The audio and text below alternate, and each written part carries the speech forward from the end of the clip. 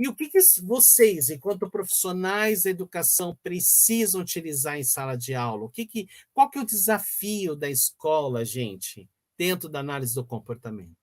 É proporcionar a diversidade de alunos que nela é representada nas tentativas de se construir o conceito, tá? De resultados, de processos, de estratégias de aprendizagem, e que essas crianças sejam incluídas dentro desse processo dela por direito. Identificar as habilidades dessa criança que está nesse processo de aprendizagem, gente, tá? Envolve o quê? Tanto em termos de aprendizagem, um ensino intensivo. Muitas vezes ele é individualizado, ele precisa disso para novas habilidades. Então, sempre, independente de seja qual metodologia você utilizar de trabalho, né? Quando você vai trabalhar diante dessa ciência da análise do comportamento, tá? Você precisa entender estes processos, tá? Você precisa entender de que forma essa criança aprende. Ela precisa, para estar no grupo, ela precisa aprender aquilo no individual, porque no grupo vai estar de outra forma, de outra possibilidade. São outras exigências do que quando eu estou no individual, quando eu estou no grupo. Quando eu estou no grupo, eu tenho que saber o tempo de espera, qual é o tempo do outro, qual é a minha vez, né? Eu tenho que estar atento a todas as demandas sensoriais que aquela criança ou outra me causa. Então, tudo isso eu preciso, né, partindo do princípio de uma criança com autismo, né, gente, para a gente poder trabalhar, tá? Outra questão importantíssima aqui, estilo de aprender. Os autistas são pensadores visuais, então o estilo de aprendizagem dele tem que corresponder, os programas de trabalho e intervenção têm que partir deste princípio, tá? Tem que saber, isso é muito importante. Outra questão importante, todos os dados que a gente analisa, que a gente verifica daqueles comportamentos, né, nós temos que fazer o quê? Transformar isso em gráfico, né? Mensurar estes dados em quantidade, né? Qualificá-los para quê? Para que a gente possa oportunizar possibilidades de uma revisão do programa ou até mesmo para verificar se ele atingiu o programa ou se ele necessita nós mudarmos as estratégias para que ele possa suprir as necessidades daquele programa específico, daqueles objetivos que se pretende alcançar. Análise do comportamento aplicada, gente, é um termo advindo do campo científico do behaviorismo, que observa, analisa, explica a associação entre o ambiente e o comportamento humano. Uma vez que o comportamento é analisado, um plano de ação pode ser exercido para modificar aquele comportamento. Eu gosto muito dessa frase, eu até trouxe ela ali também, mas é muito importante que a gente possa entender isso. Tá? É muito científico isso, é uma ciência que observa, analisa e explica as demandas desse comportamento. E quais são, gente, para a gente, isso vocês vão estar aprendendo lá na pós, como avaliar essa criança, quais são os princípios norteadores que eu tenho que fazer, por onde que eu vou começar, tá? Eu tenho que ter uma ferramenta também que dê essa possibilidade de eu poder fazer essa avaliação.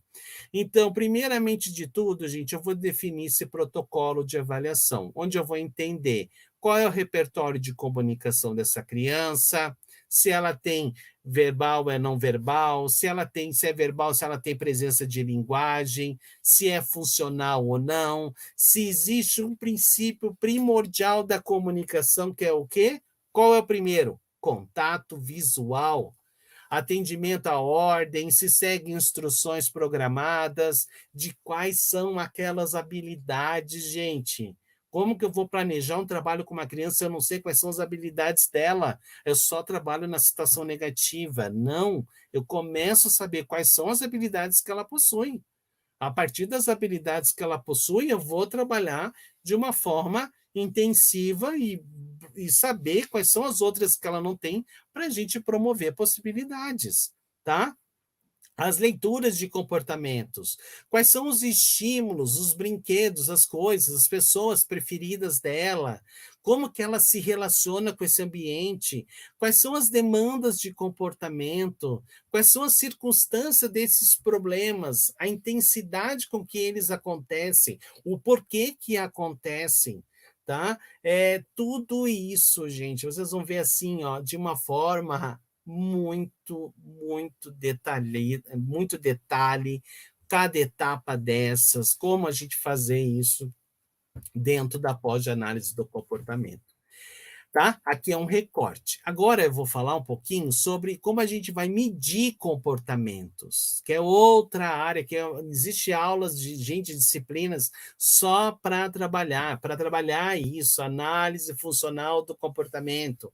Existem disciplinas onde você vai estar trabalhando com isso. Análise funcional do comportamento é uma prática que a gente pega lá da teoria da cognitivo-comportamental, da área da psicologia, que é uma prática baseada em evidência, e a gente utiliza dentro da análise do comportamento como uma estratégia, né, para trabalhar. É uma prática baseada em evidência para a gente poder avaliar comportamento, tá? Então, e o comportamento a gente tem três formas de avaliar: a duração, que é quanto tempo ele leva para fazer aquele comportamento, que acontece aquela situação, a frequência, qual é a frequência que isso ocorre, e a intensidade. O que é essa intensidade que eu falo, né? Quanta energia, força física, intensidade esteve envolvida para acontecer essas demandas comportamentais, essas manifestações do comportamento, tá, gente? Tudo isso é observável e é mensurável. A gente verifica para criar estratégias e possibilidades de uma intervenção adequada, tá? Para coletar dados, a gente utiliza observação direta, métodos de contagem, avaliação indireta, a gente vai utilizando várias perspectivas. Tá? A gente verifica também antecedentes, quais são as diferentes maneiras de prevenir o comportamento. Né? Então, a gente fala sobre evita situações ou pessoas, controla essa questão do ambiente, a gente divide as tarefas em passos menores, mais toleráveis, para que essa criança possa dar esse suporte, tá? Muito importante.